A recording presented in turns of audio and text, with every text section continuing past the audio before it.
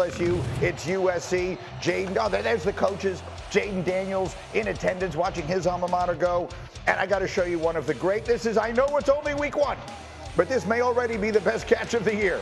Kyron Hudson going up and bringing it down with one hand. I need to see this again. Oh, thank you. Look at the one-handed catch. Heather, give me an adjective for this catch by Kyron Hudson. Improbable, Greeny. Yeah, or impossible, and yet he somehow does it. It's a gain of 24. USC would score on the drive, go up 7-0. LSU now coming back the other way. Here's a pretty great play by Kyron Lacey in the end zone, too. That's Nussmeier, that's Lacey. That's a great toe tap grab for a touchdown. Adjective for this one? I'm thinking Xbox. Yeah, is that an adjective? If it isn't, it should be. So we're tied at 7. We'd be tied at 10 at halftime. Now 4 minutes to go in the third quarter. LSU down 13-10. This is a 3rd and 4. It's Nussmeier. It's Aaron Anderson on his horse. It's 17-13 LSU. And Jaden's fired up on the sideline. Now we have 6 minutes to go in the game. Same score. USC 1st and 10 at the 28. Moss knows he's got a free play, so he's going to throw it up, and Jacoby Lane is going to bring it down. USC up 20-17. Moss would throw for 378 yards. Next LSU possession. What a game. 3rd and 4. Nussmeier, Anderson. Yes, 41-yard gain to the 28. They kick a field goal, so we're tied at 20. So now here's where it ends. Tie game. 18 seconds left. 2nd and 15 from the 47. They're not in field goal range, and then all of a sudden they are. Hudson, another unbelievable catch, and then watch the helmet here at the very end. That's targeting. We will tack that on, and that is what decides it. Brian Kelly knows exactly what's coming. 13 seconds left. 1st and 10. That's Marks. That's a touchdown. His 2nd of the night. And USC wins a thriller, 27-20. What an opening win for Lincoln Riley. That's 3 straight opening losses for a frustrated Brian Kelly. We had some guys played their butts off tonight, and we're sitting here again. We're sitting here again talking about the same things. About not finishing when you have an opponent in a position to put them away. But what we're doing on the sideline is feeling like the game's over. And I'm so angry about it that I got to do something about it. I'm not doing a good enough job as a coach. And I got to coach him better because it's unacceptable for us not to have found a way to win this football game. It's ridiculous. And it's crazy. That is 5 straight season opening losses for LSU, the last 3 of them under Brian Kelly. Oh, Joey Galloway has made it this morning. He's ready to get up with us here. Great to see you, Joe, as always. Normally, I would start with Sir Paul for the big take from the LSU, but we must begin today with our own resident Tiger. You and I, for some big LSU games, have been together, Marcus. We've been on that yak, to use your terminology. Yes. I would assume that some of that was required after that loss last night. What is the reaction to this very devastating season-opening defeat? Yeah, an absolute shot was taken last night after this game. I'm glad I did not go to Vegas because I wouldn't have drank for fun for the first time in Vegas in my lifetime. It would have been a depressive drink. Here's the thing, man. Like, I look at this game, and obviously it's a long season. I don't want to overreact. It was just 2 things I took away from that game. Undisciplined, too many penalties. The secondary with some of the pass interferences, the offside situation that I saw. And I gave USC credit for making plays, but Brian Kelly should be frustrated because, one, offensively, I thought LSU was too conservative early in this game. And for the life of me, and Joey can speak to this because he was an offensive guy and he's in the mix of college football, and I see it in the pros. On 3rd and 1, can we get a package where people get in I formation or big people to run the football instead of this shotgun crap that I watch every single week that I think puts you at a disadvantage at getting a yard in football? It ain't changed that much, Joey. So it was a lot of things. I'm like Brian Kelly. I'm not going to smack my table because I didn't lose. I actually won. But it was very disappointing with some of the self-inflicted things I saw. And offensively, I think they need to become more explosive. And Joey, I'll get to you in a second, but I do want to hear from Paul. As I mentioned, 5 straight season opening losses for LSU. That goes all the way back. The last time they won an opener was 2019, which is the year that they wound up winning the national championship and being one of the great teams of all time. 3 straight season opening losses now for Brian Kelly. Where is LSU at this moment, Paul Finebaum? I was about to punch myself in the leg, but I wouldn't continue talking. This program, it is a crushing loss, but it's not over for LSU. And the reason why it's not, Greeny, is that they have a favorable schedule the rest of the way. And what I mean by that is we're in the new era. Just for those who woke up and didn't remember, this is 2024. And I mean, there's no game they can't win on that schedule. They don't have Georgia this year. And they have Alabama at home. That's really important. They also have Ole Miss at home, which may be the third or fourth best team. And they don't have Texas. So they are missing 2 of the top 5 or 6 teams in the country.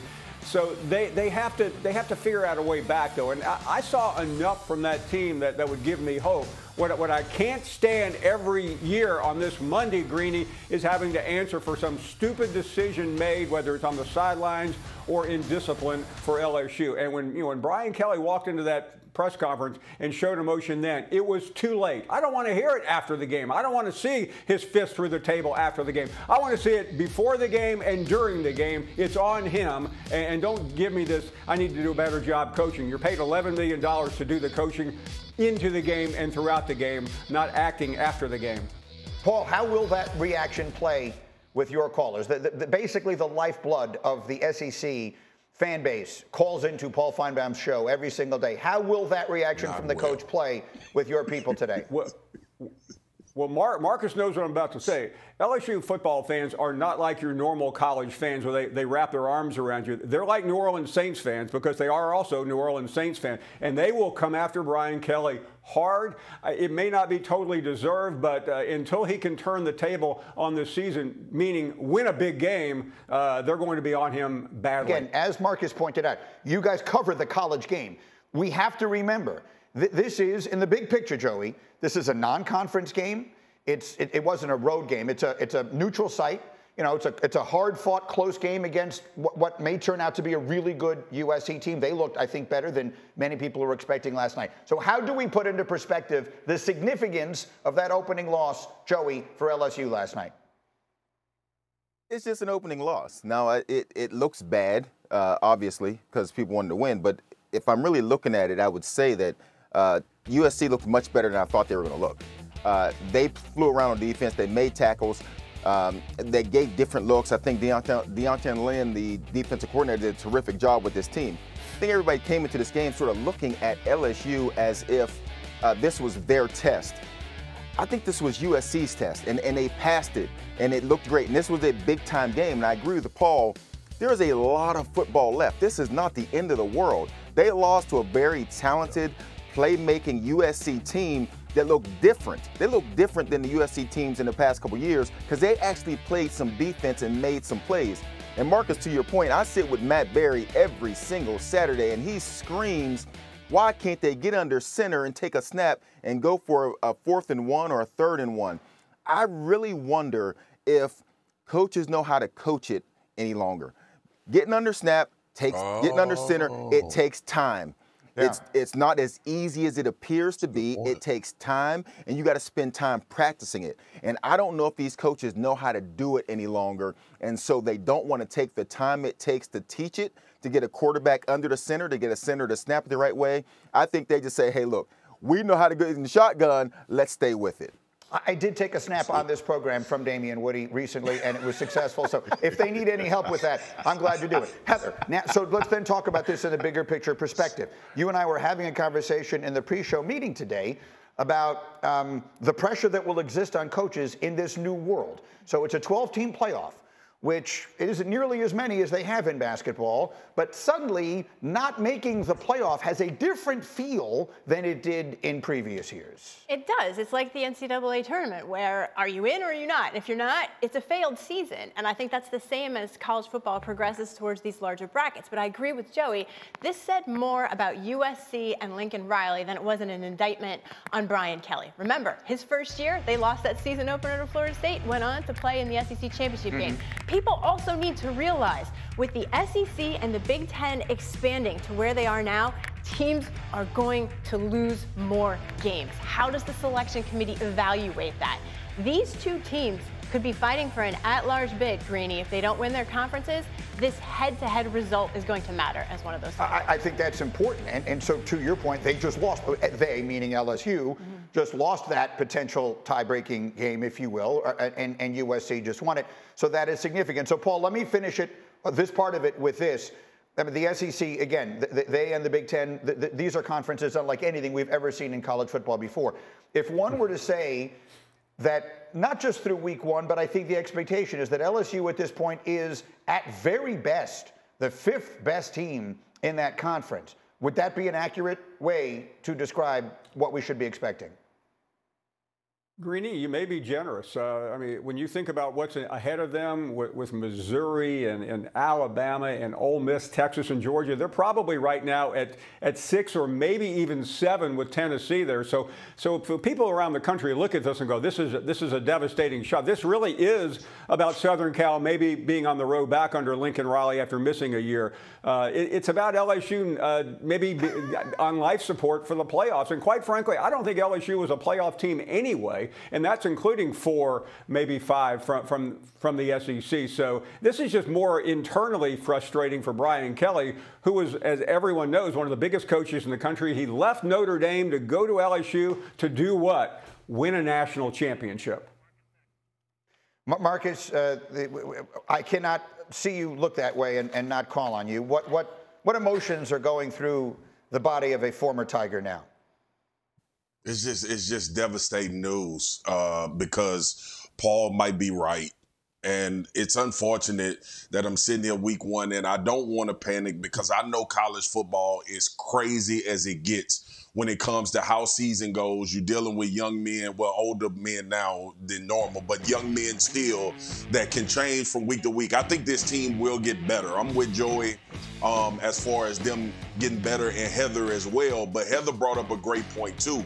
How do you determine the head-to-head? Remember, too, I think it's a bigger indictment on programs like LSU with a 12-team playoff not to get into the playoff.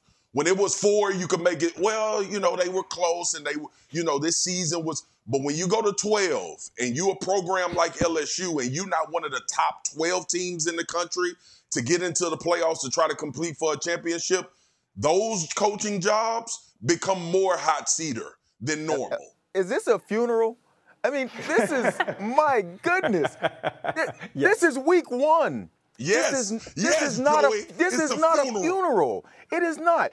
Hey, look, I thought that when we went to a 12-team playoff, it was going to alleviate some of this. The sky is falling every single week.